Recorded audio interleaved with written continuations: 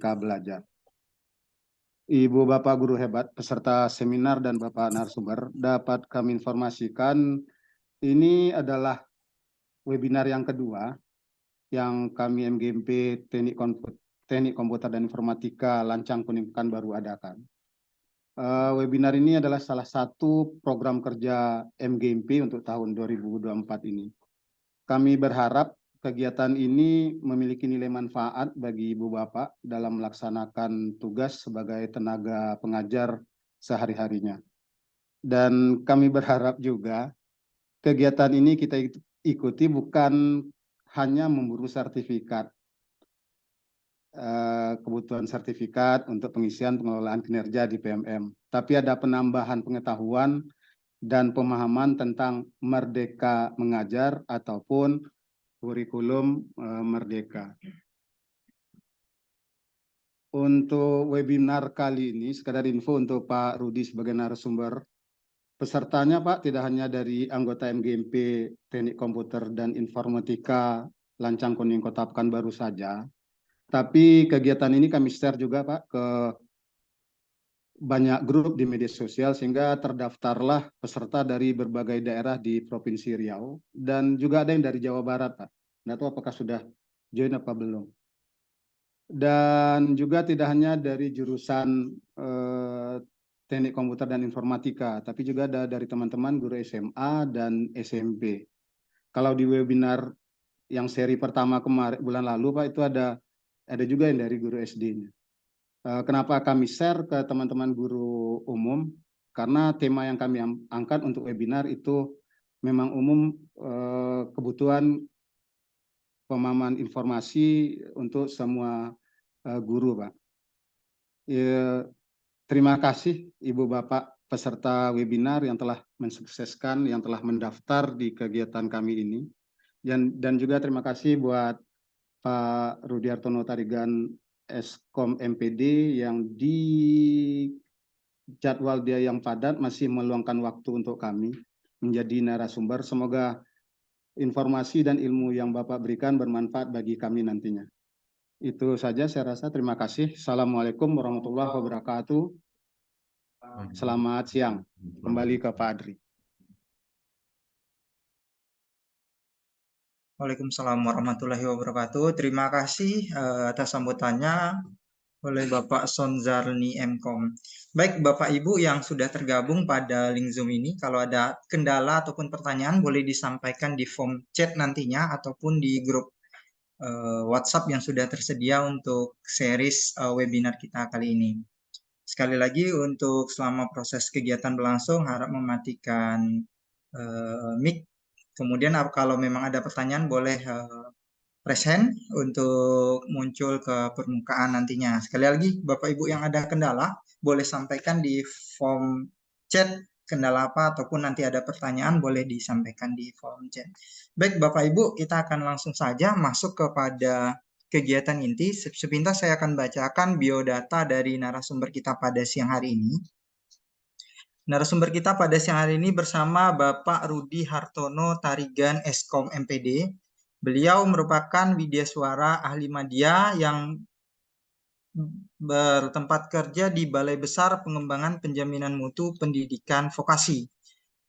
Kemudian beliau pendidikan terakhir merupakan Magister Teknologi Pendidikan Universitas Negeri Medan. Banyak sekali pengalaman training ataupun pelatihan yang sudah diikuti oleh beliau. Saya sebutkan beberapa di antaranya ada IT Essential, PC Hardware and Software, Cisco, kemudian tahun 2008 juga ada CCNA Discovery, Working at a Small to Medium Business or ISP. Di tahun 2014 TOT, Training of Trainer, Kurikulum 2013, dan di tahun 2019 IT System and Advanced Network Service. Kemudian di tahun 2019 itu bertempat di Jerman. Kemudian di tahun 2023 Training of Trainer Implementasi Kurikulum Merdeka BBPP MPV BBL Medan yang bertempat di Medan. Kemudian dalam pengalaman melatih juga tidak kalah luar biasa Bapak Ibu, beliau merupakan technical assessor sejak tahun 2006. Kemudian melatih IT Essential PC Hardware and Software di tahun 2008. Kemudian di tahun yang sama beliau juga CCNA Discovery Working at a Small to Medium Business or ISP. Kemudian beliau juga melatih e-learning training course for vocational teacher yang dilaksanakan pelaksananya The Faculty of Engineering National University of Laos bertempat di Laos. Kemudian di 2006 sampai sekarang beliau juga networking and web programming di BBP MPV BBL, dan terakhir 2023 beliau juga mengembang hard skill dan soft skill berbasis 4.0. Baik, itu sepintas sedikit pengalaman dari pengalaman training dan pengalaman melatih dari narasumber kita pada siang hari ini. Bapak Ibu, langsung saja Pak kita untuk pembicara kita dan narasumber kita pada hari ini, Bapak Rudi Hartono Tarigan, Eskom MPD, dipersilakan Pak. Terima kasih Bapak. Jangan Pak Rusli ya. Pak Andri. Baik, halo. Suara saya bisa didengar? Bisa, Pak. Oke, baik. Kalau begitu, salam kenal dulu untuk Bapak Ibu sekalian. Terima kasih atas waktu yang diberikan kepada saya. Dan saya sampaikan pertama, ini saya mohon maaf atas keterlambatan tadi ada beberapa menit, karena pada saat ini saya juga lagi mendampingi kelas kepala pendampingan untuk penguatan kepala sekolah. Jadi mungkin hari ini waktu saya sangat strict, jadi saya sudah janji nanti maksimum sampai jam 4. Kita sampai jam 4 kita closing nanti. Kalau ada nanti hal yang lain didiskusikan, kita lanjutkan mungkin di sesi berikutnya atau mungkin nanti di grup-grup diskusi. Baik Bapak Ibu. Kemudian sebelum saya menyampaikan materi, saya ingin sampaikan Bapak Ibu, fokus saya pada saat ini tidak sedang berupaya untuk mengajari Bapak Ibu, karena saya percaya Bapak Ibu adalah guru-guru luar biasa yang sudah selalu mengimplementasikan terkait dengan khususnya kurikulum merdeka yang saat ini. Namun mudah-mudahan apa yang nanti kita bahas ini bisa menjadi pencerahan bagi kita dan saling berbagi. Begitu Bapak Ibu ya. Baik Bapak Ibu, saya izin share ya. Oke. Baik Bapak Ibu, ini sebentar. Ada yang salah. Saya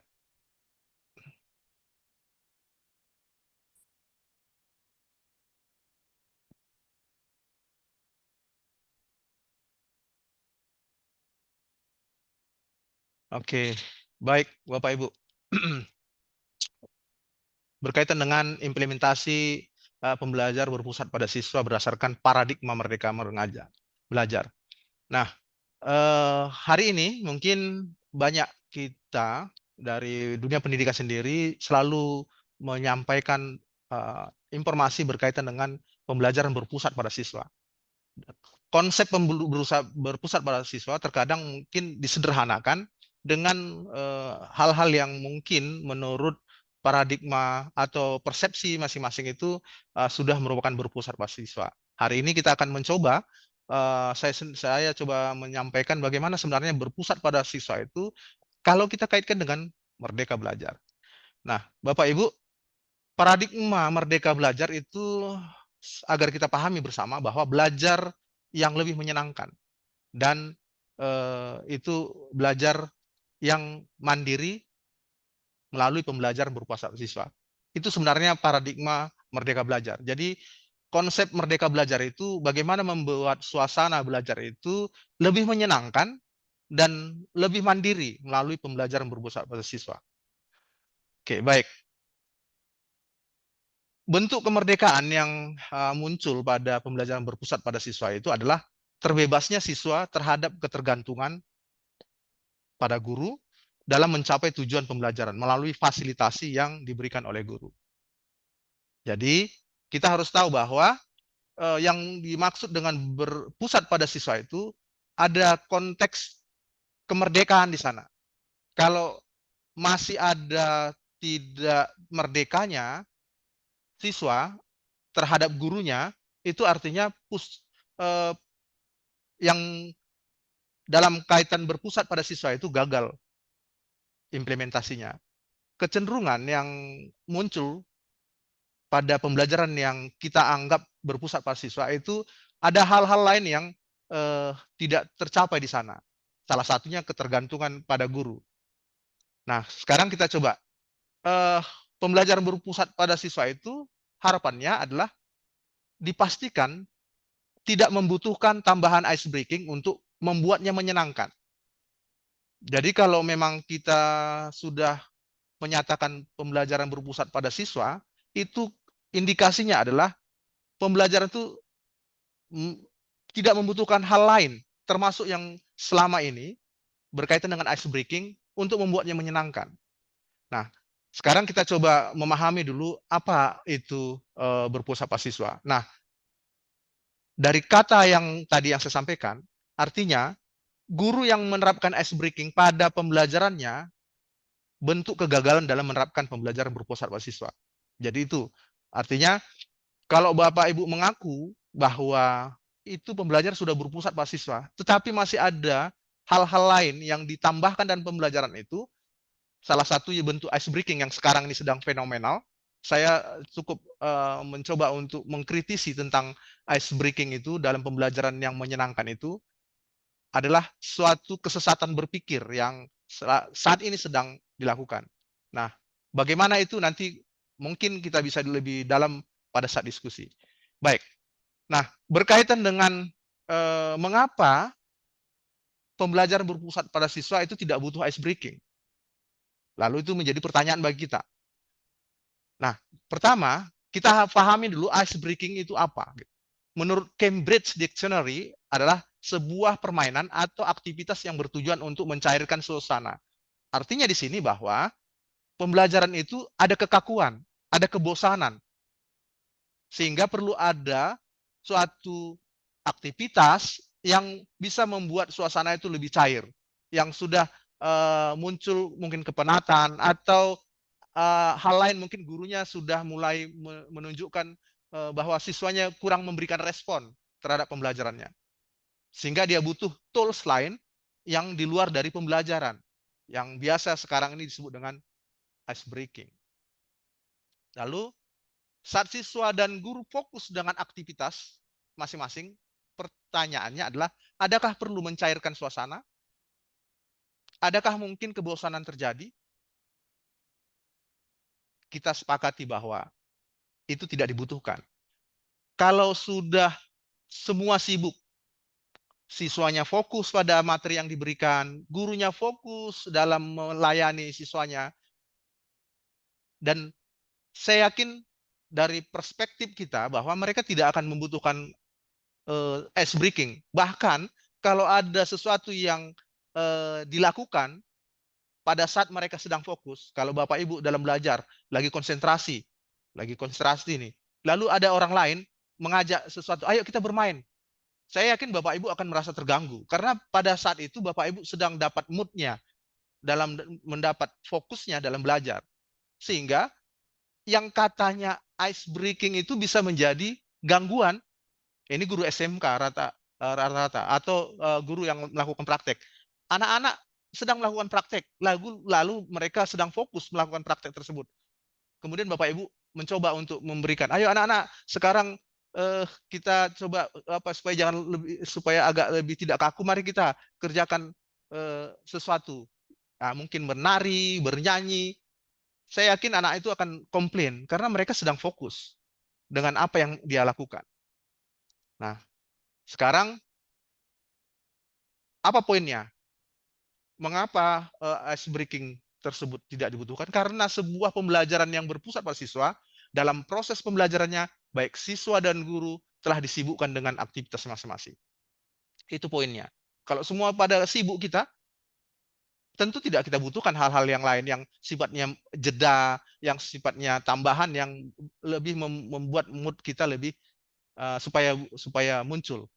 Nah, sekarang pertanyaannya, apakah pembelajaran berpusat pada siswa tersebut? Lalu, apakah manfaatnya terhadap siswa dan guru?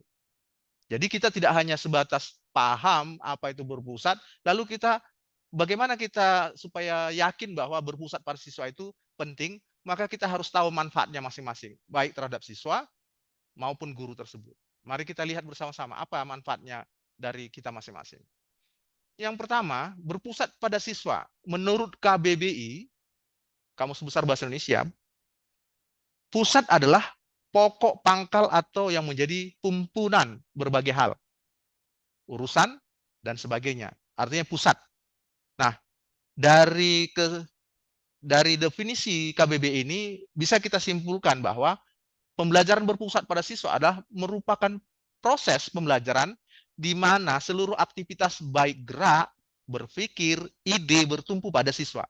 Jadi sekali lagi catatannya adalah seluruh aktivitas baik gerak, berpikir, ide bertumpu pada siswa. Jadi tidak cukup hanya gerak, tetapi harus ada di sana berpikir maupun ide. Oke, baik. Nah, dari definisi tersebut artinya pembelajaran berpusat pada siswa tidak semata yang pertama memberikan tugas proyek kepada siswa.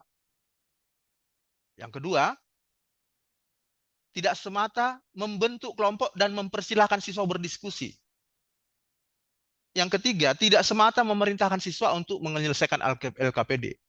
Dari tiga hal ini mungkin terlihat karena selama berdasarkan pengalaman saya, guru berpikir, menurut saya tafsirnya berpusat pada siswa kalau sudah anak sibuk dengan membuat proyek.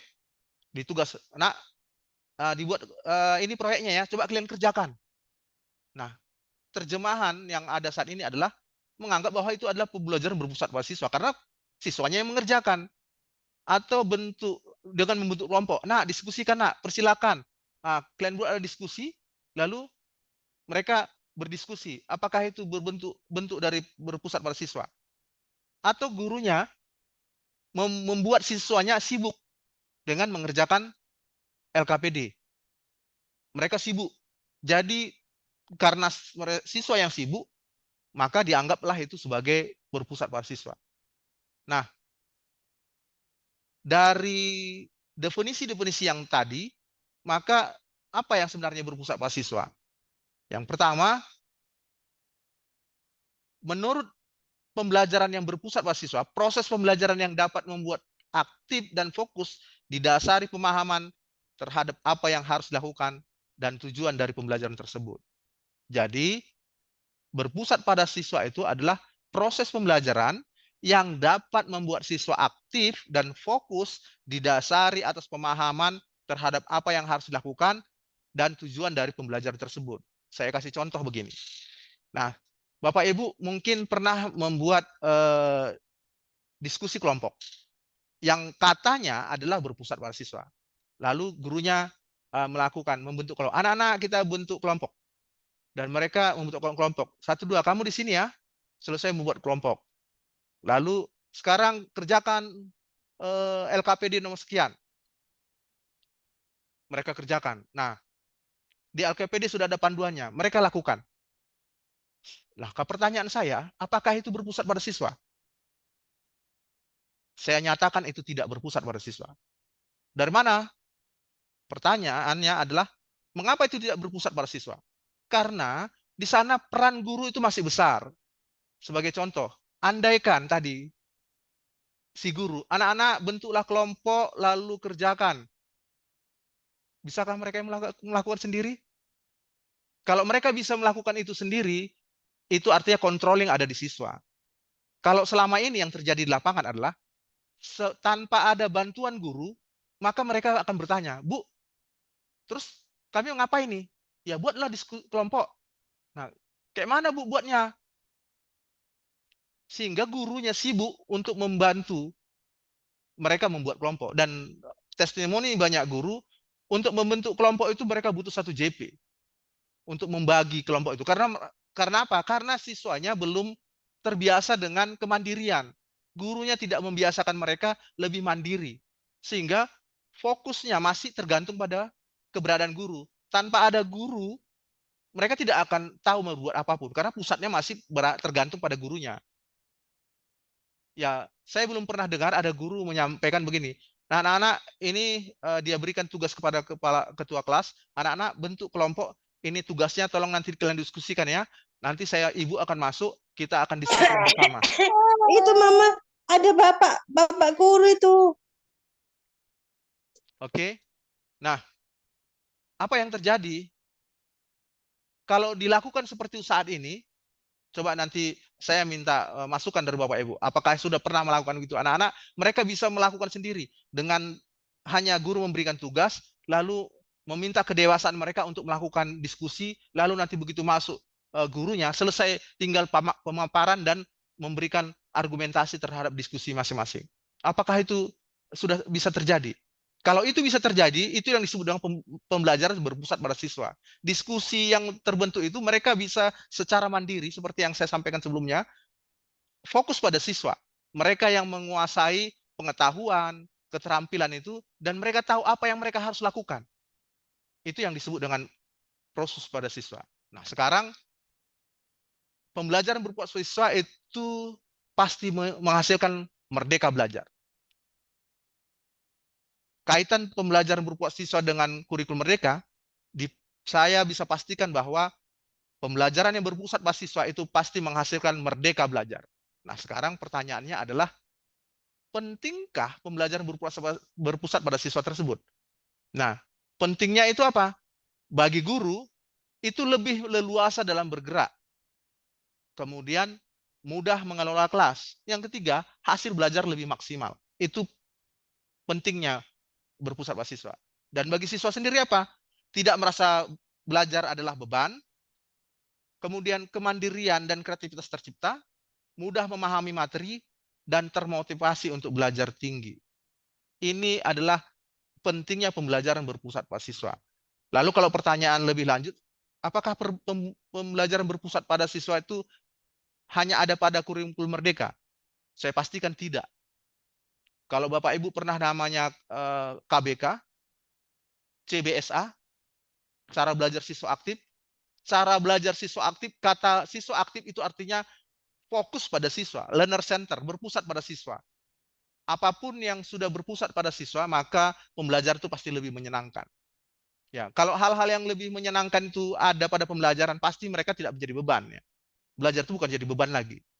Dia tahu apa yang dia lakukan. Kalau dia tahu apa yang dia lakukan dan tidak menjadi beban, saya pastikan bahwa kreativitas siswa itu terbentuk, tercipta. Dan mudah memahami. Kalau kita suka dengan sesuatu materi, saya yakin lebih mudah memahami materi tersebut. Nah, yang terjadi sekarang, banyak guru merasa siswanya sulit menerima pelajarannya.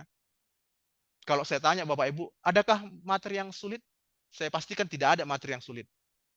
Tapi mengapa siswa sulit menerima? Karena mereka tidak menyukai. Hal yang tidak dia sukai, Bapak Ibu paksa untuk menyampaikannya, maka dia tidak akan pernah mendengar Bapak Ibu. Seberapa kuat pun Bapak Ibu berusaha untuk membuat mereka paham, kalau dia tidak suka, itu pekerjaan yang sia-sia. Itu menurut saya. Nah, lalu pertanyaannya, bagaimana caranya agar hal-hal yang tadi berpusat pada siswa itu bisa terlaksana, bisa tercapai, hingga muncullah pembelajaran yang disebut dengan merdeka belajar tadi. Nah, agar terbentuk pembelajaran berpusat pada siswa, syaratnya ada dua. Yang pertama, guru mampu menentukan strategi dan media pembelajaran yang tepat. Yang kedua, guru tidak fokus mengajari tapi memfasilitasi. Dua syarat ini harus terpenuhi agar pembelajaran berpusat pada siswa. Jadi sebenarnya sederhana Bapak Ibu. Jadi kalau Bapak Ibu sudah mampu menentukan strategi dan media pembelajaran yang tepat, dan Bapak Ibu fokus tidak mengajari tapi memfasilitasi, maka pembelajaran berpusat pada siswa itu akan terbentuk. Jadi tidak ada yang sulit. Nah, seperti slogan yang saya sampaikan, bahwa mengajar itu mudah tapi tidak gampang. Nah, sekali lagi, mengajar itu mudah tapi tidak gampang. Kemudahan di mana? Kalau Bapak Ibu memberikan hati dalam mengajar, sesuatu itu akan lebih mudah. Tetapi tidak gampang. Tidak gampang seperti yang mungkin ada stigma sebagian guru bahwa mereka mengira, mereka menafsirkan bahwa kalau sudah di depan kelas menyampaikan materi itu sudah mengajar. Tidak sesederhana itu Bapak Ibu. Mengajar itu harus punya persiapan terkait dengan media pembelajaran, strategi pelajaran dalam rangka untuk memfasilitasi siswa kita. Jadi mengajar itu mudah tapi tidak gampang. Karena Bapak Ibu, tidak gampang ini mana? Dalam mengajar itu kita perlu persiapan. Ya. Jangankan untuk mengajar, untuk mereka jalan-jalan bertamasya kan perlu persiapan juga. Hidup ini tanpa persiapan itu akan melakukan hal yang tidak maksimal. Nah, baik. Berkaitan dengan menentukan strategi dan media pembelajaran Bapak Ibu. Tadi ada dua hal, bahwa untuk mampu membentuk pembelajaran berpusat pada siswa itu salah satunya mampu menentukan strategi dan media pembelajaran. Dalam kaitan untuk mampu menentukan strategi media pembelajaran Bapak Ibu harus memiliki 3 kemampuan. Yang pertama, menganalisis partisipan. Yang kedua, menganalisis materinya. Dan yang ketiga adalah infrastruktur. Nah, berkaitan dengan partisipan Bapak Ibu. Ini yang mungkin Bapak Ibu pahami dalam mungkin selama ini berkaitan dengan bagaimana mengajar itu, bahwa tidak bisa strategi, metode, atau RPP yang Bapak pahami sekarang ini bahwa bisa diterapkan pada semua kelas, semua jenjang. Nah, dalam mengajar itu Bapak Ibu, pastikan bahwa Bapak Ibu paham dulu karakteristik dari kelas siswa yang mau diajar. Yang saat ini di kurikulum Merdeka diagnostik namanya. Dan itu sebenarnya harusnya kita lakukan dari awal. Siapa yang kita ajari itu harus kita pahami dulu bagaimana karakteristiknya. Saya kasih contoh seperti ini. Bapak Ibu ada mengajar sebuah kelas yang ini kelas unggulan. Nah, yang satu lagi kelas yang tidak unggulan. Unggulnya ini dia dikaitkan dengan nilai rata-rata yang tinggi. Saya yakin Bapak Ibu sepakat, cara mengajar yang unggulan dengan yang tidak unggulan ini harus dibedakan. Karena kalau disamakan, maka capaian pembelajaran tidak akan maksimal. Sebagai contoh, kalau anak yang sudah punya pengetahuan yang cukup, yang nilai rata-ratanya tinggi, maka mereka jauh lebih mudah kalau kita gunakan penerapan diskusi. Karena mereka tahu apa yang mereka lakukan. Pengetahuan mereka itu sudah cukup. Nah, kalau yang di bawah rata-rata, lalu kita paksa mereka, mari nak, kalian diskusikan materi ini. Mereka saja kurang paham dengan apa yang mereka lakukan. Lalu Bapak Ibu paksakan mereka untuk berdiskusi. Itu cenderung apa? Yang terjadi kegagalan. Karena kemampuan dasar mereka tentang pengetahuan terkait dengan apa yang dibahas dan terkait dengan kemandiriannya belum terbentuk. Sehingga apa? Pembelajaran itu gagal jadinya. Itu terkait dengan partisipan. Nah, sebagai contoh yang lain, yang paling gampang melihatnya adalah contohnya anak SD yang mau diajarin anak SD, yang satu lagi anak SMA. Apakah mungkin cara mengajarnya kita samakan?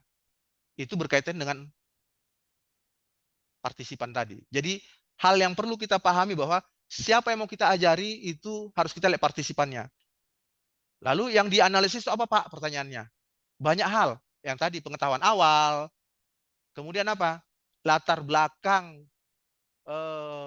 sosial, kehidupan sosial juga berpengaruh Bapak Ibu. Itu juga harus dianalisis. Kemudian apa hal lain? Kemudian kemandiriannya, tingkat kemandirian itu juga perlu dianalisis. Apalagi? Yaitu tadi dukungan masyarakat terkait dengan apa? Terkait dengan dia mau belajar apa tidak. Jadi karakteristik ini itu berpengaruh pada bagaimana Bapak Ibu nanti menentukan strategi dan media pembelajarannya. Yang berikutnya, analisis materi. Materi itu juga harus Bapak Ibu analisis.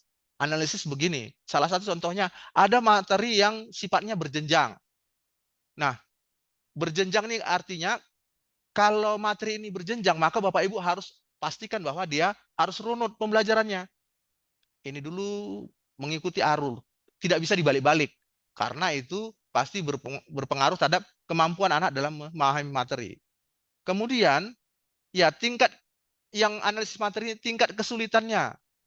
Tingkat kesulitannya berbeda, maka berbeda juga dalam penyampaiannya. Lalu tingkat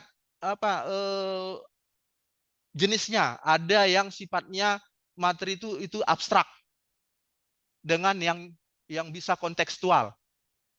Tentu harus kita bedakan. Ada yang abstrak, kita nggak bisa langsung mengkonkretkannya, sementara yang satu lagi sifatnya abstrak, yang sifatnya konkret. Kalau konkret mungkin kita bisa menggunakan pembelajaran kontekstual. Tapi kalau yang abstrak ini bagaimana bentuknya? Nah, itu juga perlu Bapak Ibu pahami dalam menentukan strategi dan metode pembelajaran. Yang ketiga, menganalisis infrastruktur. Nah, infrastruktur ini berkaitan dengan apa? Dengan apa yang Bapak harus siapkan. Saya kasih contoh begini. Bapak Ibu mungkin seorang guru yang punya kemampuan IT yang cukup, karena terlalu bersemangatnya ingin menunjukkan kemampuan Bapak Ibu, maka Bapak Ibu menyiapkan itu materinya yang karena baru belajar di kurikulum Merdeka, Canva ya kan lagi booming. Lalu materinya buat Canva biar harapannya murid murid senang dan muncul motivasi belajar. Tapi yang menjadi masalah, Bapak Ibu tersebut tidak bertanya dulu, itu di sekolahnya ada internet nggak gitu, atau ada internet tapi bagaimana koneksi di sana, dia tidak tanya, lalu dia implementasikan, kira-kira bagaimana? Apa yang dipersiapkannya itu sia-sia semua, karena tidak bermanfaat, karena tidak bisa digunakan pada saat itu. Nah, 3 hal ini Bapak Ibu menjadi pedoman Bapak Ibu untuk menentukan strategi media pembelajaran. Jadi sebenarnya sederhana, tapi kita harus pahami nih, strategi itu bukan sekadar main comot Bapak Ibu. Kalau saya beberapa kali testimoni terhadap guru penggerak ini, ya kalau ditanya, mengapa Bapak Ibu tentukan model strategi tersebut? Ya karena itu yang ada di modul, Pak. Ya memang ada di modul tersebut, tetapi kan harus ada analisis apa sih urgensinya, apa target pembelajaran, mengapa kalau kita pilih PBL atau PJBL, itu targetnya apa? Agar tujuan pembelajaran itu lebih maksimal dari yang diharapkan. Begitu ya.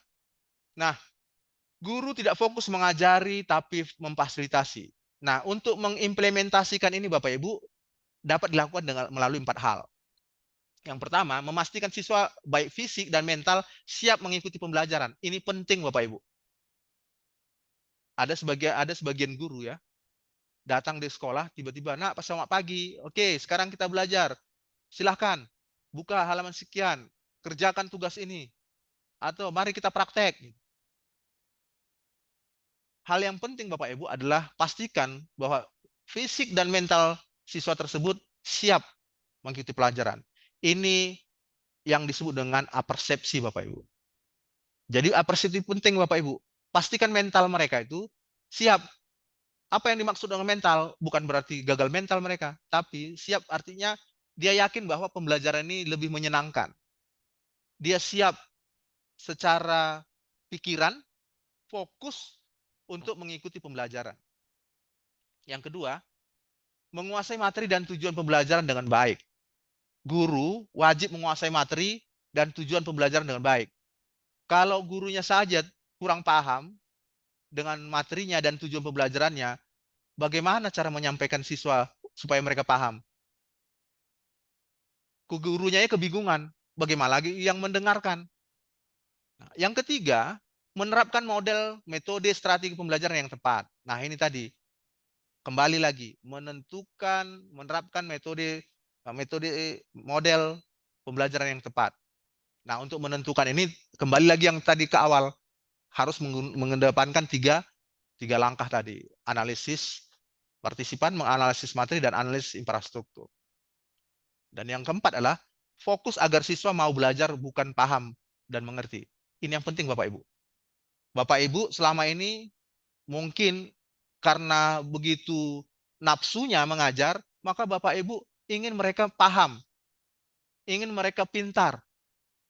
Saya pastikan Bapak Ibu, apa yang Bapak Ibu lakukan selama ini, kalau itu yang Ibu ingin lakukan, karena itu dulu pernah saya lakukan juga, itu Bapak Ibu mau jadi Tuhan.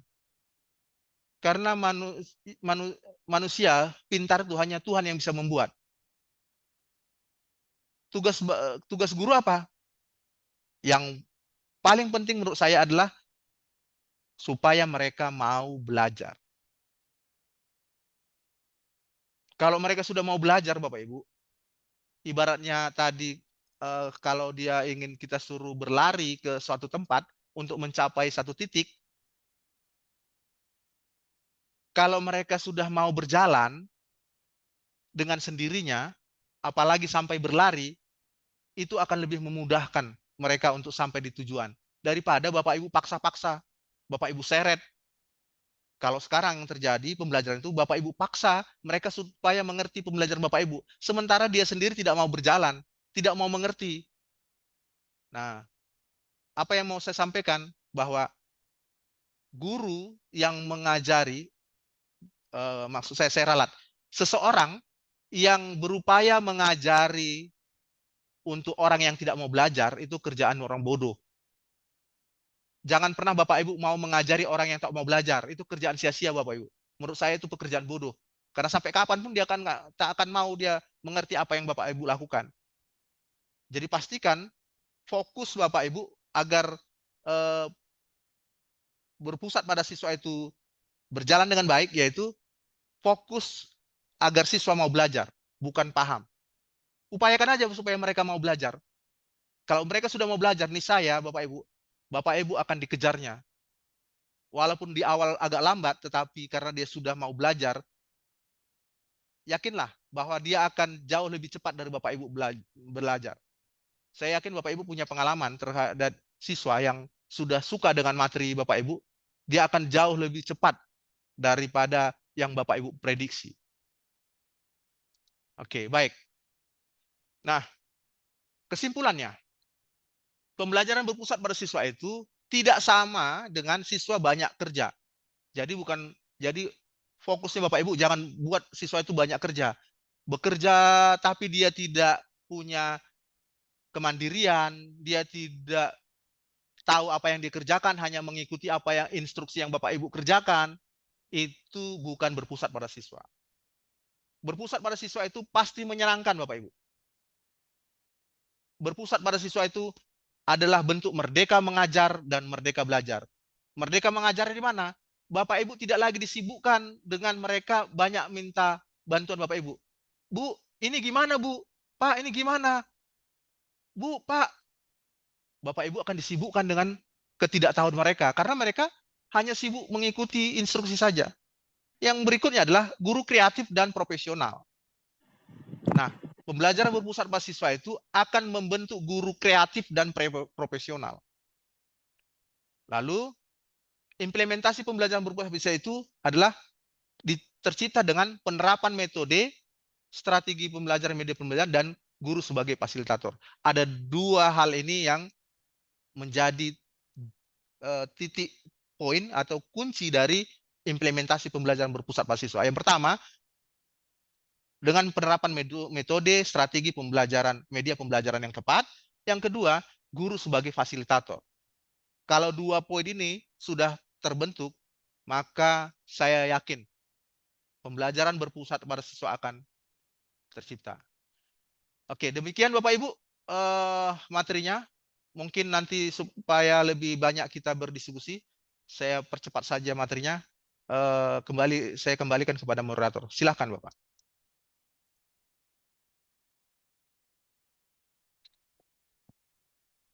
Baik, terima kasih Pak Rudi atas penyampaiannya. Mungkin kita buka sesi tanya jawab dulu ya Pak ya. Silakan, Pak. Bagi Bapak Ibu yang ingin menyampaikan pertanyaan, boleh diajukan di kolom komentar atau raise hand juga dipersilahkan, Bapak Ibu. Oke, Oke, baik. mungkin ada sedikit ini Saya Pak akan nanya, Pak. ada banyak kayaknya di kolom komentar juga dari Pak Joko ini Pak. Apa solusi konkret yang seringkali saya hadapi dan saya yakin ini juga banyak dirasakan oleh rekan-rekan guru. Kemudian ada poin dari pemaparan Bapak suka. Maksudnya peserta didik menyukai materi atau mata pelajaran yang akan kita ajarkan. Saya pribadi sebelumnya mengajar melakukan observasi. Salah satu poin penting dari observasi saya adalah tentang minat jurusan peserta didik yang peserta didik ambil. Jika saya presentasikan sekitar 60% peserta didik tidak minat di jurusan yang dia ambil. Bagaimana cara yang bisa diberikan, yang saran dari Bapak yang diberikan ke kami untuk menumbuhkan rasa suka belajar tentang mata pelajaran yang tidak disukainya, karena memang dari awal jurusan yang peserta didik minati tersebut bukan jurusan yang kita ajarkan sekarang. Jadi seperti itu, Pak. Oke. Baik, ini Pak Joko ya. Pak Joko, Pak. Iya. Ya, pertanyaan yang luar biasa sekali dan ini memang banyak dikeluhkan oleh para guru. Yang pertama, Bapak Ibu, kita harus definisikan dulu. Suka dan menyenangkan itu apa tafsirnya? Adakah sesuatu yang Pak Joko mana nih? Hadir, Pak. Oke, baik Pak Joko ya.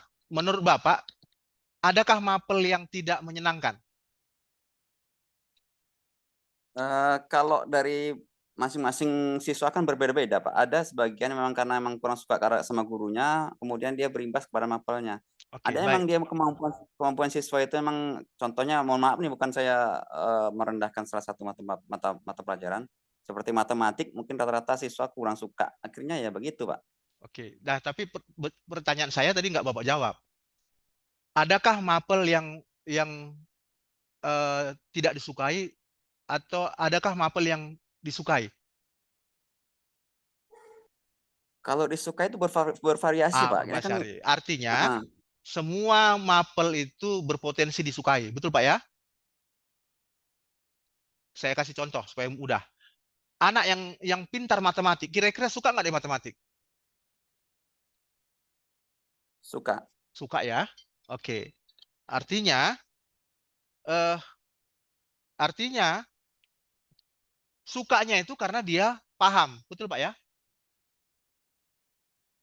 Bapak Bisa Ibu, jadi paham, bisa jadi dia emang tertarik, Pak. Karena gini, ya.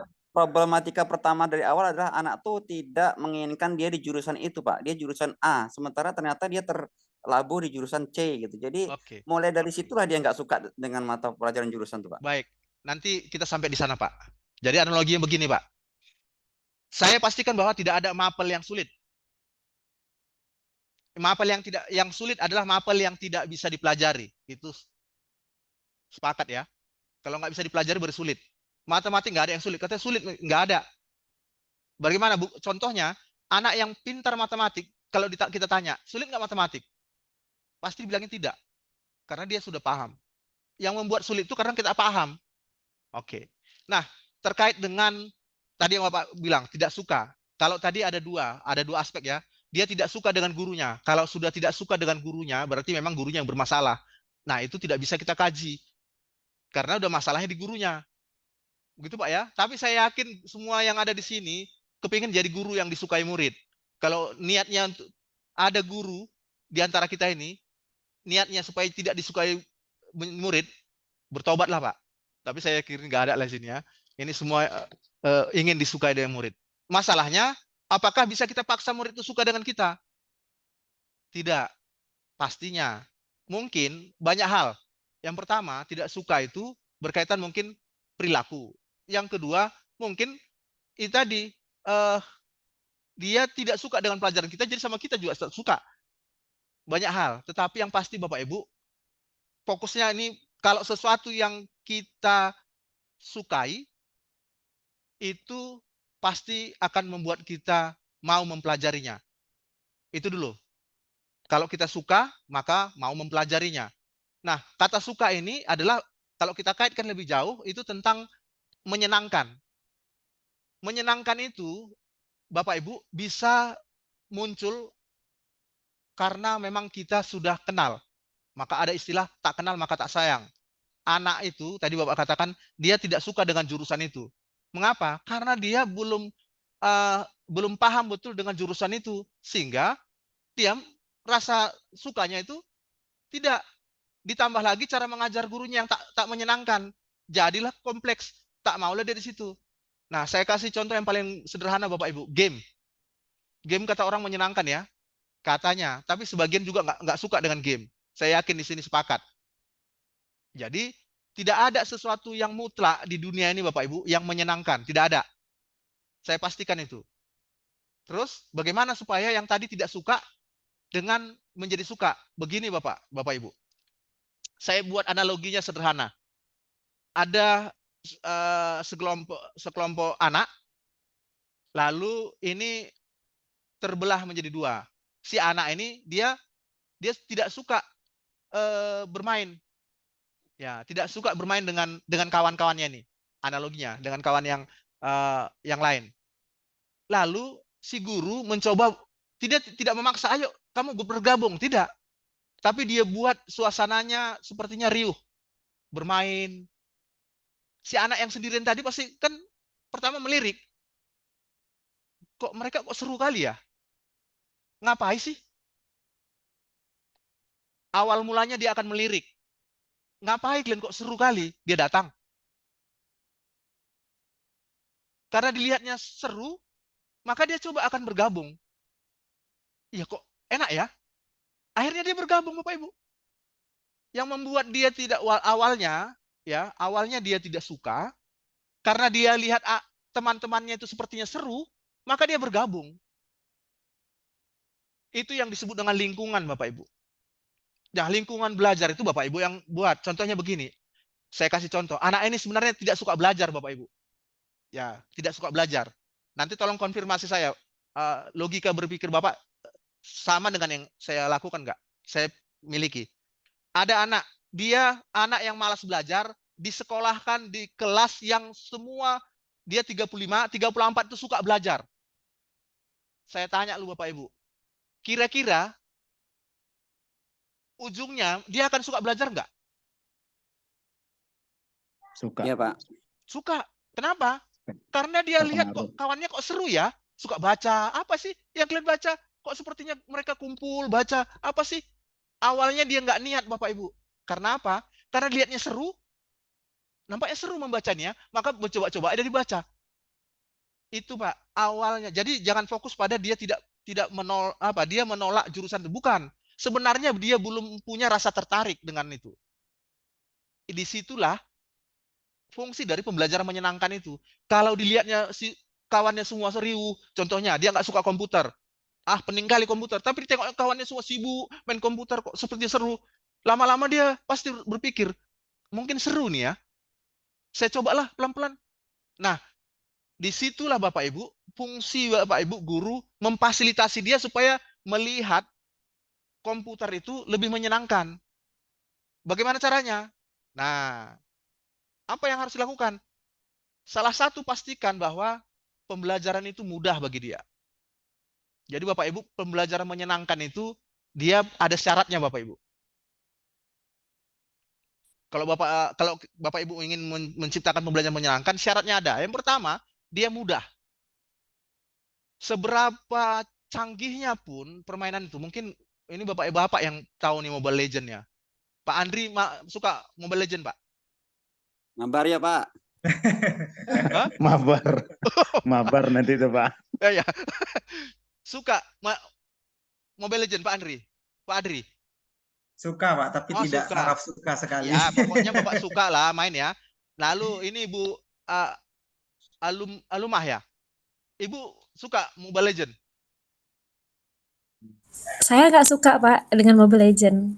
Oh ya, kok suka ya? Enggak. Saya sukanya belajar mikrotik Pak. Oh ya.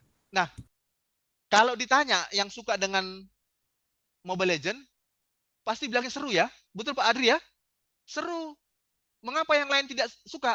Karena dia nggak tahu bahwa begitu contohnya ibu-ibu, ayo ini seru nih main Mobile Legend. Begitu diajari cara mainnya, repot kali nih. Kenapa? Sulit menurut dia. Yang membuat dia tidak suka itu bukan karena Mobile Legend-nya, tapi karena kesulitan itu. Si ibu, repot. Jadi tidak suka dia. Matematik itu Pak Joko, mengapa terlihat sulit? Karena yang buat sulit itu gurunya. Gurunya tidak mampu menampilkan pembelajaran matematik itu yang sederhana. Setuju, Pak. Setuju kan Bapak bilang. Berarti udah sepakat kita. Artinya tidak ada materi yang tidak bisa dipelajari anak. Karena apa? Sebenarnya letaknya salahnya di gurunya. Itu pertama. Pastikan pembelajaran itu mudah Bapak Ibu. Kalau mau menyenangkan ya. Syaratnya itu. Bapak Ibu, saya kasih contoh nih Pak. Samson pernah nih saya sampaikan ya kan. Gurunya ngajar Linux. Anak-anak nggak suka Linux. Kenapa? Karena gurunya supaya nampak mantap nakuti muridnya. Pakai teks semua. Pakai teks. Biar keren ini, ya kan? Supaya apa? Supaya mantap. Anaknya kelimpungan. Kenapa? Karena dia begitu lihat teks itu, dia udah kelenger. Nggak betul lagi. Belum dipelajarinya udah kelenger dia. Tapi gurunya biar keren, ya kan? Nah, itu sekarang masalahnya di gurunya. Niatnya adalah harusnya bagaimana Bapak Ibu? Tampilkan pembelajaran itu lebih mudah. Jadi Pak Joko, kalaupun tadi siswa awalnya tidak firm, dia tidak suka dengan mapelnya, kalau dia lihat itu sederhana, mudah, pasti dia akan mulai melirik. Dia ikut-ikutlah. Gitu. Sepakat Bapak Pak Joko? Masih 70%, Pak. Oke, ya masih 70% Udah ya. lumayan tuh, Pak. Udah lumayan tuh, Pak. Udah lumayan itu. Udah kalau KKM udah lulus lah itu ya. Oke, baik. Nah, yang pertama, yang kedua. Bapak Ibu, kalau saya analogikan, ini masalah pembelajaran menyenangkan. Bapak Ibu, adakah sesuatu yang enak atau yang menurut kita itu sangat menarik? Ada nggak di dunia ini? Saya kasih Pak Fauzi lah nih. Pak Fauzi, supaya jangan Pak Joko. Nanti Pak Joko macam terjolimi pula, dia aja ditanya. Saya kasih Pak Fauzi lah, saya tanya Pak Fauzi. Pak Fauzi, kalau saya tanya makanan, ini cerita makan, puasa nggak apa-apa lah ya kan. Bapak makanan yang paling Bapak suka itu apa? Yang suka kali. Masih mau mute Pak, masih mute. Apa kalau Bapak dikasih makanan yang Bapak pilih, yang paling Bapak suka lah? Makan nasi goreng. Nasi goreng tuh suka kali tuh Pak. Nggak ada yang lain lagi Pak, yang agak mantap sedikit. Agak mantap sedikit ya Pak ya. Bolehlah berhayal Pak, yang paling Bapak sukai lah. Nanti biar kita kirim.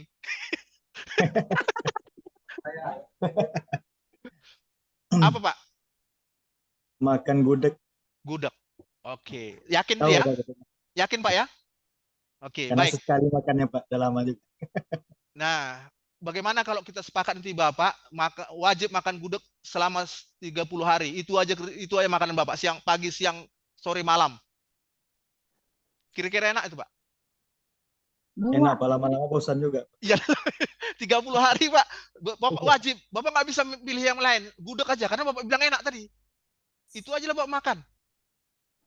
Mau Bapak? Udah nggak selesai. Lama-lama bosan juga. Oh, lama. Ampun Pak ya. Ya ampun. Apa yang mau saya sampaikan di situ bahwa tidak ada sesuatu yang memang selalu Kalau tadi saya bilang mudah. Supaya menyenangkannya apa? Variasi Bapak. Harus ada variasinya. Jadi mengajar itu Bapak Ibu tidak hanya cukup mudah, tapi harus ada variasi dalam menyampaikannya Bapak Ibu. Bapak Ibu bayangkan bagaimana stresnya anak-anak itu. Masuk guru A, cara ngajarnya sama. Masuk guru B, sama juga. Sampai itu, dan itu berbulan-bulan. Kalau Bapak Ibu, coba saya tanya lah, ini jujur ya. Bapak Ibu sekarang suruh ganti lah. Bapak Ibu duduk di situ, gak usah sampai 3 tahun, sebulan aja gantikan murid duduk di situ, terus dengarkan orang guru mengajar. Tahan Bapak Ibu. Sudah kami lalui itu, Pak. Ya, iya. Jadi Bapak sekarang balas dendam, Pak. Bapak berarti mau balas dendam nih sama murid-murid. Oh tidak, Pak. Insya Allah nggak seperti itu saya, Pak. Ya kan maksudnya kan kalau Bapak bilang sudah saya lalui, berarti Bapak nggak mau melaluinya lagi. Coba Bapak rasakan bagaimana yang penderitaan mereka. Itu maksud Dulu saya. pada saat sekolah udah merasakan kami, Pak. Ya, jadi Bapak nggak mau lagi kalau di sekarang. Iya, pasti tidak mau. Itu Bapak dendam namanya. Bapak sudah merasakan, kami udah lalui. Jadi sekarang nak giliranmu lah nak. Itu namanya dendam, Pak. Lalu sebenarnya apa yang diharapkan? Tapi saya yakin Bapak Ibu tidak sengaja. Ya, karena Bapak Ibu tidak sadar yang Bapak Ibu itu lakukan adalah itu penyiksaan Bapak Ibu. Bayangkan dia sudah bosan dengan guru A, masuk lagi guru B. Cara ngajarnya sama aja. Itu artinya menunya sama seperti tadi gudeg tadi. Gudeg terus gudeg. Apa nggak ada yang lain? Mau ya sambal teri kayak atau apalah, masa gudeg terus? Itu yang disebut. Iya. Oke. Nah, Bapak Ibu, saya sudah buat dia mudah, Pak. Saya sudah buat variasi. Terus bagaimana, Pak? Tidak cukup. Pembelajaran menyenangkan itu tidak hanya cukup mudah, variasi. Game Mobile Legends itu, Pak, mengapa nggak Pak Andri nggak bosan-bosan? Apa syaratnya, Pak? Mengapa Mobile Legends itu nggak bosan-bosan, Bapak? Saya yakin Pak Andri kadang-kadang nggak tahu juga itu kenapa.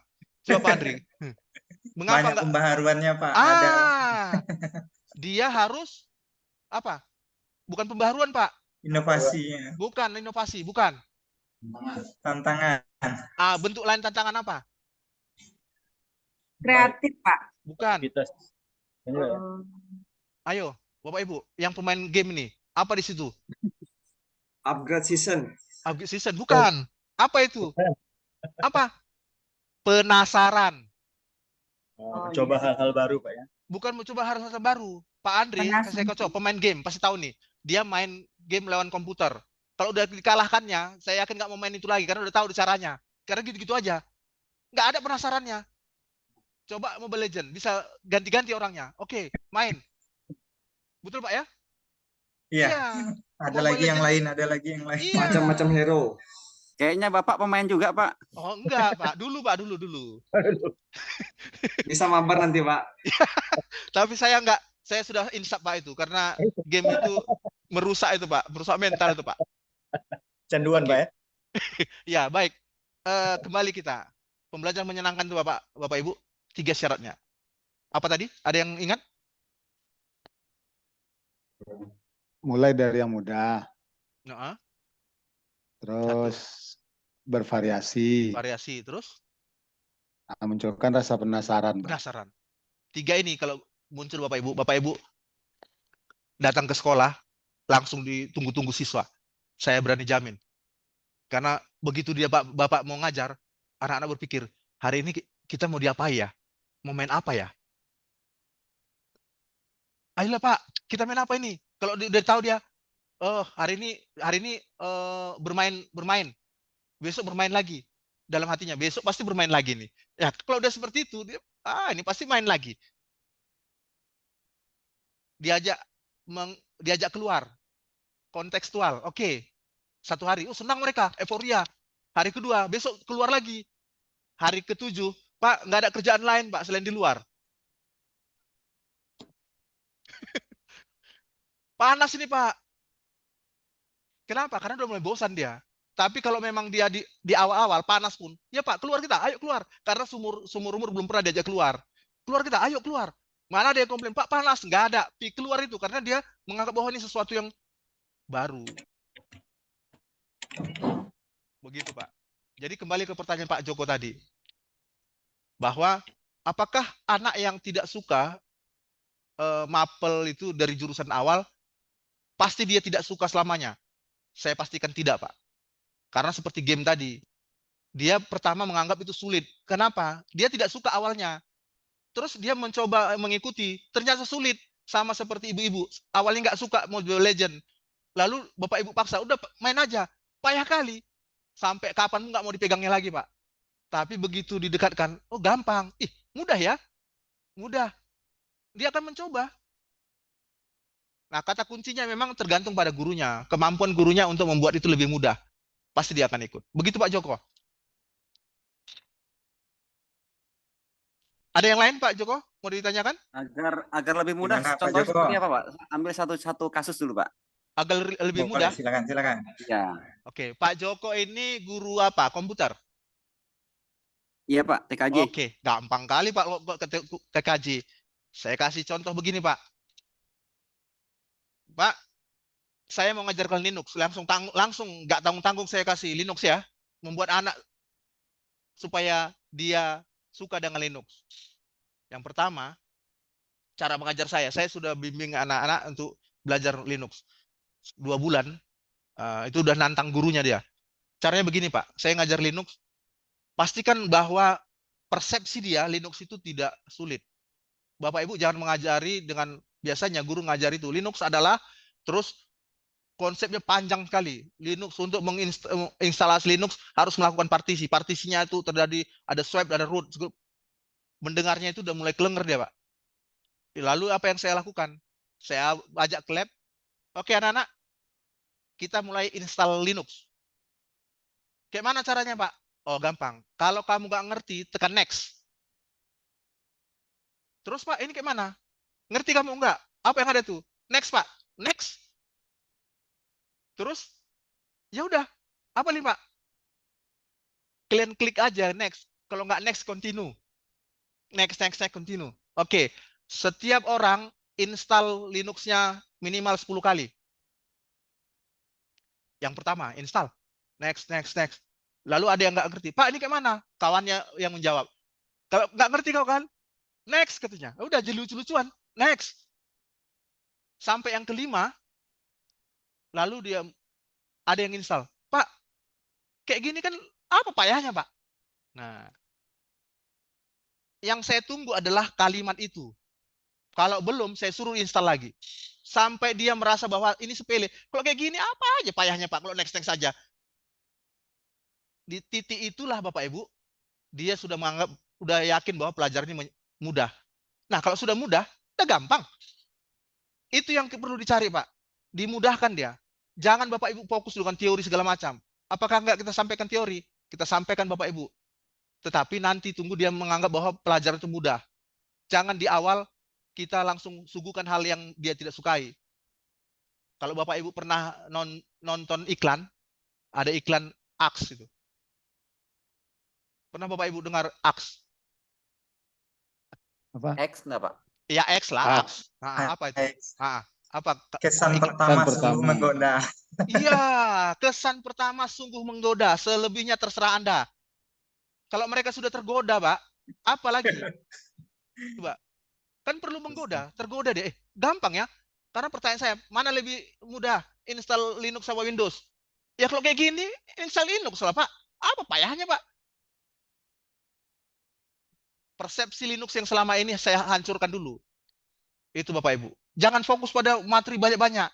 Pastikan dia dulu merasa bahwa materi itu mudah. Itu caranya Pak Joko. Oke, yang kedua, nggak sampai situ aja Pak.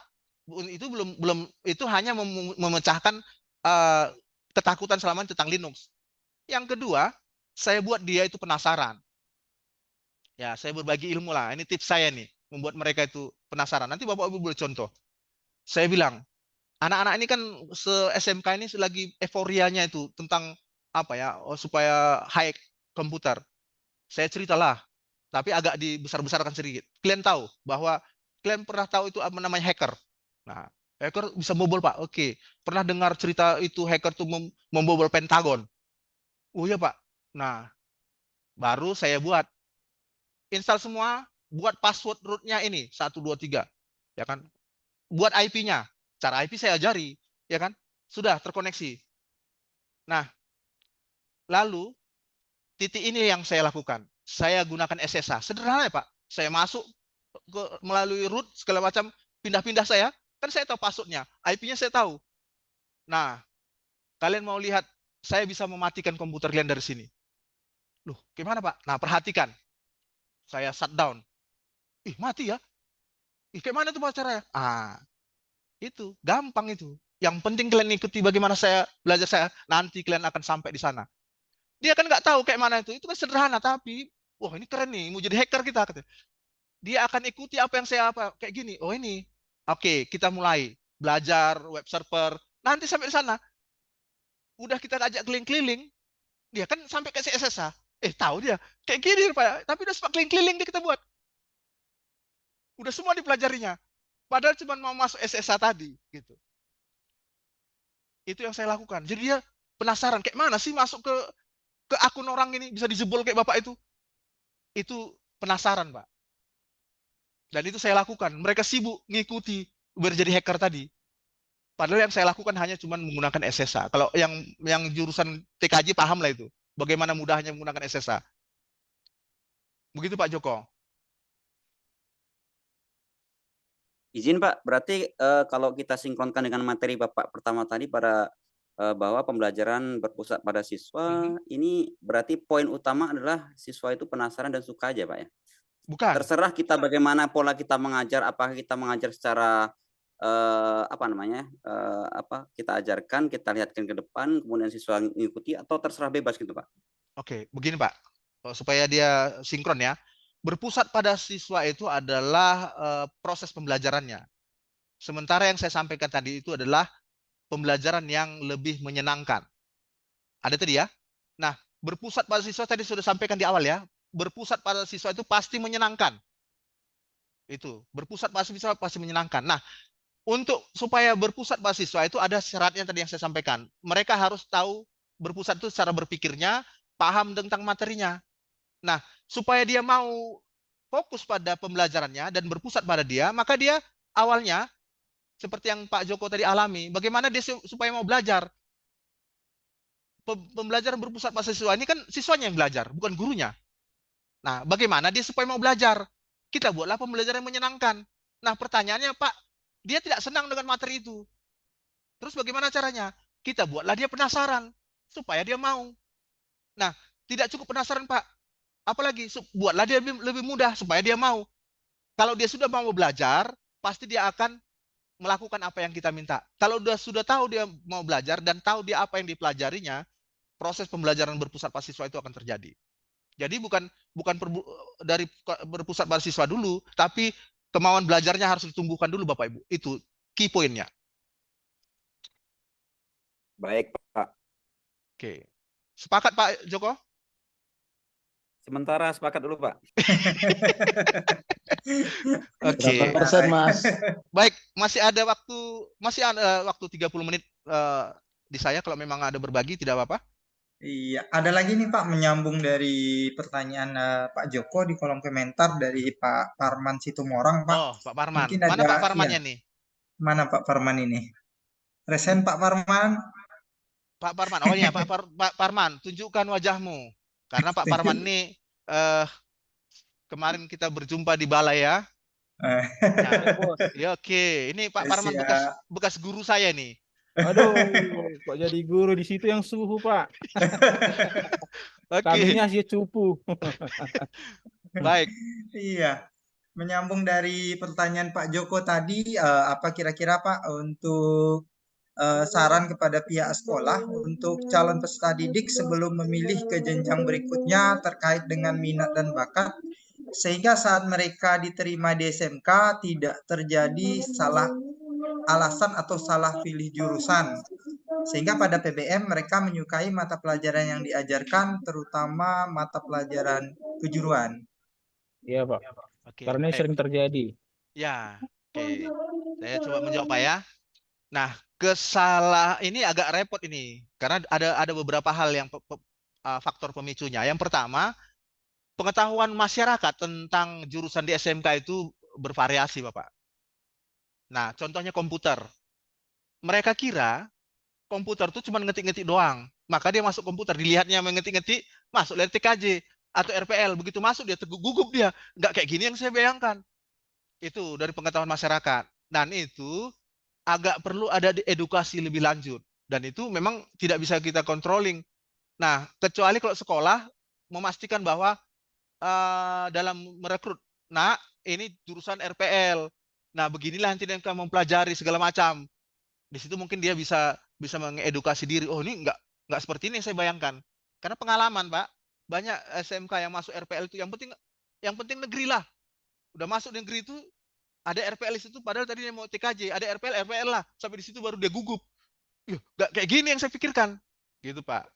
Nah, kalau itu memang agak sulit kita mengeliminirnya karena itu terkait dengan pemahaman masyarakat. Tetapi kalau sudah sempat terjun, kan kondisi di lapangan ini sekarang kan sudah terjadi. Anak udah masuk. Terus kita bilang, "Nak, kamu salah jurusan, keluar." Kan nggak lucu. Mana bisa lagi. Yang kita lakukan adalah tadi apa yang tadi ditanyakan Pak Joko. Gurunya lah yang berupaya, ya namanya nak sudah masuk kamu ke kolam, ya berenanglah nak. Kalau nggak kamu mati di sini. Kira-kira gitu. Nah, tetapi supaya dia mau berenang, terus pertanyaannya Pak, anaknya nggak mau berenang karena nggak diharapkannya kolamnya dalam seperti ini. Disitulah peran guru memfasilitasi dia supaya pembelajaran itu lebih menyenangkan. Yang tadi nggak mau berenang dia, akhirnya dicobanya berenang supaya selamat dia. Kira-kira itu Pak. Dia kembali ke apa yang saya sampaikan di awal. Ada lagi Pak Barman? Mungkin lebih praktisnya juga pas mengadakan sosialisasi Pak ya ke sekolah-sekolah Pak ya ke SMP gitu Ya, ya. ya betul. Di Ini situ dia. penyampaiannya itu mungkin lebih ditekankan karena banyak kejadian seperti itu Pak. Setelah masuk ke SMK dia ikut kawan, Mhm. ada yang bilang dia salah jurusan Ya, sehingga pas saat PBM itu memang tidak minat dia gitu. Jadi saya tertarik tadi dengan penyampaian Bapak. Ya mungkin kita bikin dulu dia penasaran, meskipun dia nggak suka mungkin dari awalnya, sehingga nanti pas kita buat penasaran dia, ya mungkin mudah-mudahan lah ada niatnya selanjutnya ke depannya gitu. iya. Begitu Pak Barman. Jadi memang itu masalah di pengetahuan masyarakat. Jadi nggak bisa kita eh, kita hilangkan. Tapi kalau diminimalisasi seperti yang Pak Parman bilang, kadang-kadang yang mau disampaikan ke sekolah itu kan bagaimana anak-anak itu bekerja, itu yang ditampilkan. Ya mereka tertarik. Kalau TKJ itu kan keren ya, bawa tam krimping, bawa apa, oh macamnya keren. Dia lihat di situ. Tapi begitu belajar dia pening. Atau di RPL dia main coding-coding. Tapi begitu apa yang dipelajari dia nggak tahu. Di dalam dia baru tahu. Sudah masuk ke kolam. Oh, ternyata kolamnya dalam. Nah, di situ dia megap-megap. Itu, Pak. Oke. Ada lagi? Oke Pak, siap. Baik, mungkin Bapak Ibu masih ada lagi? Dipersilakan, raise hand atau di kolom komentar Bapak Ibu. Pak Muanam ya, jadwal upskilling dan reskilling ya. Nyimpang sedikit ya Pak, minta bocoran ya. Bagi yang belum upskilling ya. Oke, Bapak Ibu boleh dipantau saja websitenya. Sekitar bulan Juni ini akan dilakukan upskilling, reskilling. Bapak Ibu daftar, ya sambil begitu daftar langsung berdoa lah. Mudah-mudahan terpilih. Berdoa banyak-banyak ya Pak ya. Iya. Mudah-mudahan terpanggil. Berjumpa lagi sama Pak Rudi. Kangen Ya, mudah-mudahan terpanggil ya kan Pak. Oke. Saya dan tidak bisa, Pak. Oh iyalah, kalau yang sudah berkali-kali janganlah, gantian lah. Ganti ya benar-benar. Ya, Baik Bapak Ibu. Faktor U. Oh, Faktor iya. U. Saya sekali-sekali lah mau di upskilling juga. Ke Pekanbaru, Pak. Iya. Oke, ada lagi pertanyaan? Tidak ada, kalau enggak kita tutup aja kegiatan Oh, ini. tidak bisa. Kalau tidak ada hal lagi yang Bung dipertanyakan. Parami. Mungkin Pak Rudi. ada lagi. Pak Rudi, jangan lupa, tar dulu Bu Rami. Jangan lupa nanti materinya di-share, Pak. Oh, Terima kasih boleh, sebelumnya. Siap, Oke. siap. Ada Bu Nova Rahmi nih Pak dari SMK 4 Kota Pekanbaru. Silakan Bu Nova. Masih mute Bu.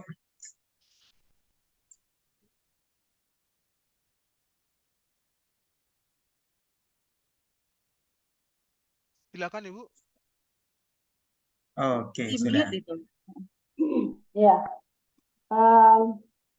Saya hanya ini boleh menambah sedikit Pak, yang dari pertanyaan dari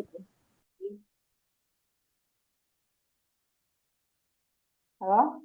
Iya, silakan Bapak Ibu. Silakan Ibu. Oh ya, jadi saya pernah baca yang namanya istilahnya pertanyaan pemantik dan pemahaman bermakna. Jadi untuk menarik minat siswa dari tidak jadi suka itu, kita sebaiknya membuat belajar itu membuat pemahaman bermakna. Pemahaman bermakna ini maksudnya apa tujuan kita mempelajari materi yang akan kita ajar. Nah, untuk pemahaman bermakna ini bisa kita kaitkan dengan manfaatnya dengan kehidupan sehari-hari. Bisa dari contoh kita atau dengan mendatangkan guru tamu. Misal tidak hanya pelajaran TKJ, misalnya pelajaran MTK, kita mungkin ada orang tua siswa yang memiliki pekerjaan yang berhubungan dengan MTK, dengan arsitek misalnya. Nah, jadi hal-hal itu bisa membuat, oh ternyata besok kalau saya belajar ini bermanfaat nanti di masa depan untuk profesinya sebagai ini. Nah, kalau kita guru TKJ, kita misalnya mendatangkan dari SP dan sebagainya. Nah, jadi itu pemahaman yang disebut dengan pemahaman bermakna, mengkaitkan manfaat apa yang kita pelajari itu dengan materi yang kita ajarkan. Yang kedua itu dengan memberikan pertanyaan pemantik. Pertanyaan pemantik itu kita pertanyaan-pertanyaan yang memantik siswa untuk berpikir hampir sama dengan pemahaman bermakna tadi. Nah, misalnya pertanyaan itu misalnya bagaimana caranya misalnya komputer ini bisa sama seperti yang disampaikan Kak Rudy tadi. Misalnya, bagaimana nih caranya supaya bisa saya men-shutdown tadi. Nah, itu pertanyaan pemantik seperti itu. Kemudian yang pertanyaan Pak, siapa tadi Pak? Saya boleh nambahin juga. Kalau untuk ini Pak ya, bagaimana strategi sekolah supaya siswa itu tidak salah jurusan. Kalau dulu saya di swasta itu saat PPDB biasanya ada tim yang namanya tim minat dan bakat. Jadi tes minat dan bakat sebelum mereka masuk itu, mereka ditanya dulu, diarahkan ke situ, minat dan bakatnya biasanya ini dikoordinir oleh guru BK. Terima kasih Pak untuk kesempatannya bagi saya untuk menambahkan sedikit apa yang sudah disampaikan Pak Rudy. Sudah ini tadi Pak ya, saya hanya menambahkan sedikit. Oke, terima kasih Bu Nova. Oke, terima kasih Bu Nova. Ya, Terima kasih Bu berkaitan dengan Nova. Nah, mungkin saya juga lebih kuatkan dengan yang bilang Bu Nova tadi berkaitan pemantik itu adalah mungkin bagian dari strategi ya. Strategi kita dan metode kita dalam mengajar. Jadi itu bagian dari yang saya sampaikan tadi itu bervariasi. Bisa diawali dengan kadang pemantik untuk memicu daya pikir. Nah, pemantik itu bisa dikaitkan dengan pembelajaran yang untuk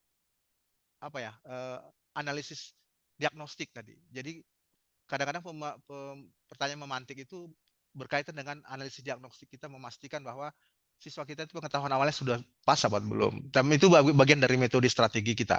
Kira-kira begitu. Baik. Ada yang lain? Kalau tidak ada, cukup? Baik. Saya rasa cukup mungkin ya Pak ya. Cukup. Ya.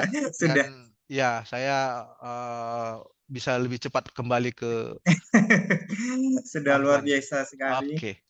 Baik. Saya closing ya Pak Adi ya. Siap Pak. Baik. Dan terima kasih Bapak Ibu buat kebersamaannya pada sore hari ini. Dan saya bisa sampaikan kesimpulannya bahwa untuk pembelajaran yang berpusat pada siswa itu ketergantungan pada dua hal. Yang tadi itu bagaimana guru mampu menggunakan strategi metode pembelajaran untuk menciptakan pembelajaran yang lebih menyenangkan. Yang kedua adalah guru harus fokus pada memfasilitasi, bukan mengajari. Jadi kalau dua hal ini sudah terbentuk, Mudah-mudahan berfokus pada siswa itu terbentuk. Jadi berfokus pada siswa itu bukan dengan membuat siswa sibuk bekerja atau disibukkan dengan hal-hal yang sifatnya fisik. Jadi berfokus pada siswa itu harus full, artinya keseluruhan, baik itu bertumpu pada aktivitas, memang siswa itu yang mengerjakan, kemudian bertumpu pada pola pikirnya artinya siswa itu paham apa yang pengetahuan yang akan dicapainya dan apa yang akan dilakukannya. Kemudian berfokus pada keinginan pada siswa. Jadi 3 hal itu harus terpenuhi agar pembelajaran berpusat pada siswa itu terbentuk. Jadi kalau pembelajaran terbentuk, maka tugas guru apa? Tugas guru yang tadi itu. Tugas guru hanya memfasilitasi mereka dalam menjalankan proses pembelajaran. Fasilitasi ini nanti mungkin ada kaitannya dengan berdiferensiasi. Itu masalah metode dan strategi. Jadi Bapak Ibu harus mampu membuat mereka belajar. Kalau berfokus pada siswa sebenarnya belajar mandiri ya, dalam tanda petik.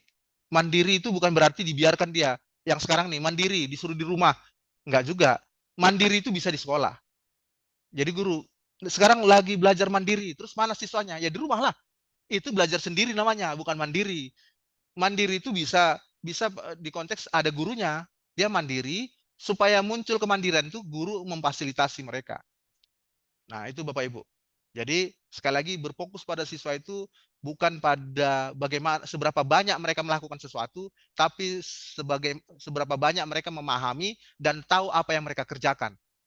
Sehingga fokusnya benar-benar pada mereka, bukan tidak ada ketergantungan lagi pada siswa, pada guru. Jadi guru itu bisa lebih disibukkan dengan kegiatan-kegiatan yang memfasilitasi. Contohnya, ya saya tambahkan sedikit tadi agak terlupa. Contohnya begini Bapak Ibu. Si anak, saya kasih contoh belajar berdiferensiasi terkait dengan proses. Ya, si anak guru mencoba untuk membuat pembelajaran yang berpusat pada siswa dengan analisis diagnostik terkait dengan siswanya. Berdasarkan analisis diagnostik, maka dia petakan tentang kemandirian dan pengetahuan awal. Lalu dibaginya 2. Satu, siswanya punya kemandirian yang cukup dan punya pengetahuan yang cukup. Jadi biasanya ini identik dia, punya kemandirian dan pengetahuan yang cukup ini disatukan. Dan untuk siswa yang lain yang belum disatukan juga. Lalu apa yang dilakukannya? Untuk yang mandiri ini biasanya dia lebih mampu melakukan diskusi. Untuk siswa yang belum memiliki kemampuan kemandirian Bapak Ibu, jangan biarkan mereka melakukan diskusi sendiri karena itu pasti tidak akan terbentuk. Yang kerja cuma 1 orang. Jadi caranya satukanlah mereka yang punya kemandirian dan pengetahuan awal yang cukup, baru berikan mereka tugas. Anak-anak, ini ada topik yang harus diskusi. Kalian bagilah tugas masing-masing dan ajari mereka siapa yang melakukan apa. Pastikan mereka membagi pekerjaan mereka masing-masing berdasarkan tugas masing-masing. Lalu biarkan mereka berdiskusi. Nah, bagaimana yang tadi kurang mandiri dan apa? Disinilah fungsi guru memfasilitasi. Bimbinglah karena dia kalau dibiarkan ini mereka nggak akan terbentuk dalam melakukan diskusi karena kemandiriannya belum tumbuh. Disitulah fungsi guru memfasilitasi agar mereka tumbuh dan mampu untuk melakukan diskusi. Nah, contohnya bagaimana? Nah, bukan berarti, nah ini kamu tulis ini, kamu melakukan ini. Enggak begitu. Nah, sebelum mereka berdiskusi, pastikan mereka paham dulu apa yang mereka lakukan. Kalau saya langsung kumpulkan anak-anak, nah kita ini diskusi. Coba kalian tahu nggak apa yang perlu kalian lakukan? Nah, biarkan mereka membagi. Jangan Bapak Ibu yang membagi, biarkan mereka membagi tugas-tugas mereka. Oke, ini 5 orang. Apa yang mau lakukan? Kalau kamu apa kira-kira yang kamu lakukan? Oh, saya ini Bu. Kamu ini. Pastikan mereka semua ini tahu apa yang mereka lakukan. Sudah itu sudah tahu. Nah, sekarang coba kalian lakukan. Tahapan-tahapan untuk melakukan menganalisis dan mengerjakan ini bagaimana? Sudah paham nggak? Begitu yang dilakukan guru. Pastikan mereka tahu apa yang mereka lakukan. Koreksi kalau ada salah. Bantu mereka kalau dia kurang paham. Bukan cara mengerjakannya, tapi bagaimana mereka memahami, menyelesaikan itu. Nah, itu kira-kira Bapak Ibu. Jadi konteksnya itu tadi, fokusnya kalau pembelajaran berpusat pada siswa, guru jangan fokus pada mengajari, tapi fokus pada memfasilitasi. Itu kira-kira Bapak Ibu. Terima kasih buat kebersamaannya, buat guru-guru yang luar biasa, dan terima kasih buat kepercayaan yang diberikan kepada saya untuk memberikan materi ini. Selamat sore dan mudah-mudahan kita bisa bertemu di lain waktu. Terima kasih Pak Andri. Saya kembalikan Baik. kepada Pak Andri. Terima kasih Pak Rudi Pak Rudi. atas kesempatan dan materi yang luar biasa, menambah kesanah kita dalam bidang pembelajaran pengetahuan pedagogik tentang pembelajaran berfokus pada siswa dan pembelajaran yang menyenangkan. Baik Bapak Ibu, di sesi terakhir Pak, kita minta izin untuk menyalakan kamera, kita dokumentasi. Bapak Ibu diminta menyalakan kamera, kita sesi dokumentasi. Tolong ditunjukkan pesonanya. Ayo Bapak Ibu, silakan dibuka kameranya. Pasang senyum termanis di sore hari ini.